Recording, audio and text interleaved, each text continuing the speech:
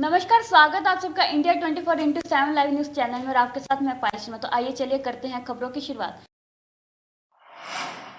Corona के बढ़ते केसों को देखकर हरियाणा में 7 दिन का संपूर्ण लॉकडाउन लगा दिया गया है। जैसा कि पहले सभी को पता है कि 9 जिलों में वीकेंड लॉकडाउन लगाया गया था, लेकिन जो महामारी थमने का नाम नहीं ले रही, जिसके चलते हरियाणा के गृह मंत्री अनिल विज ने 7 दिन का लॉकडाउन लगा दिया गया है। बढ़ते कोरोना मरीजों को देखते हुए हरियाणा में 3 मई से लेकर सोमवार से 7 दिनों के लिए पूर्ण लॉकडाउन लग गया है। जानकारी हरियाणा के गृह मंत्री अनिल विज ने ट्वीट कर दी है और कहा कि सारे हरियाणा में पूर्ण लॉकडाउन घोषित किया है। और बता दें कि बढ़ते कोरोना संक्रमण को देखते हुए पहले 9 जिलों में वीकेंड लॉकडाउन लगाया गया था, लेकिन कोरोना का आंकड़ा जो बढ़ता जा रहा है उसको देखकर 7 दिनों के लिए संपूर्ण लॉकडाउन लगा दिया है।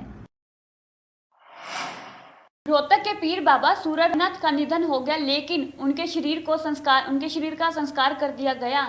कांता अल्लड़िया ने सरकार पर अपमान करने के आरोप लगाए हैं। चंडीगढ़ के मुख्यमंत्री मनोहर लाल के आवास पर बाबा राजकुमार नाथ के संस्कार पर हमन कर कांता अल्लड़िया ने सरकार पर जबरन संस्कार करने का आरोप लगाया। कांता अल्लड़िया ने कहा कि भगवा की परंपरा के अनुसार जब कोई शरीर छोड़ता है तो उसे समाधि दी जाती है, लेकिन शरीर त्यागने के बाद आज तक बाबा के बारे में कोई जानकारी नहीं दी।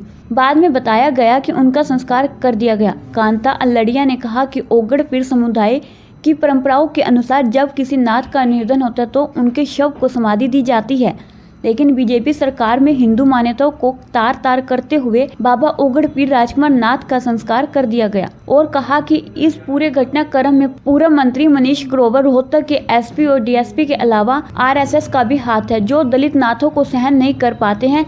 इसलिए इन सभी के खिलाफ मामला दर्ज करना चाहिए।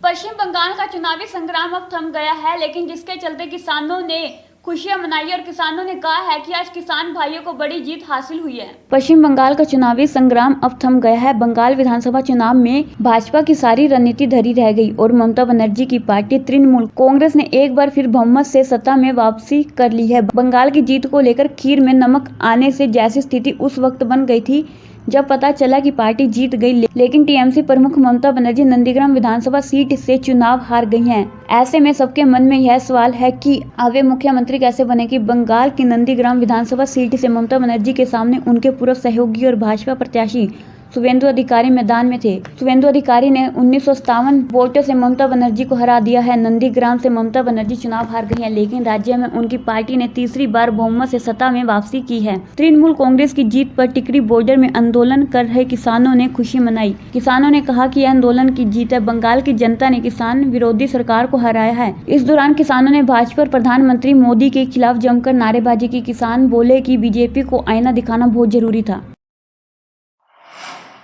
हादसे में रामायण टोल प्लाजा पर किसानों ने एकजुट होकर जाम लगाया और किसानों ने कहा कि हरियाणा के सीएम मनोहर लाल का विरोध करने पहुंचे तो किसानों की गिरफ्तारी को लेकर यह जाम लगाया गया है।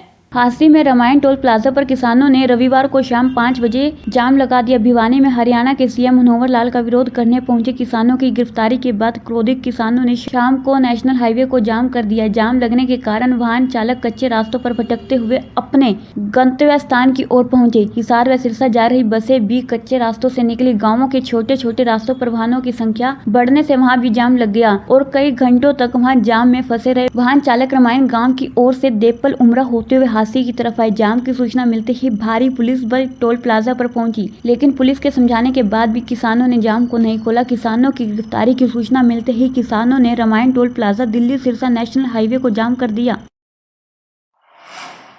आज के लिए इतना ही और जुड़े रहे इंडिया 24/7 लाइव न्यूज चैनल के साथ। नमस्कार।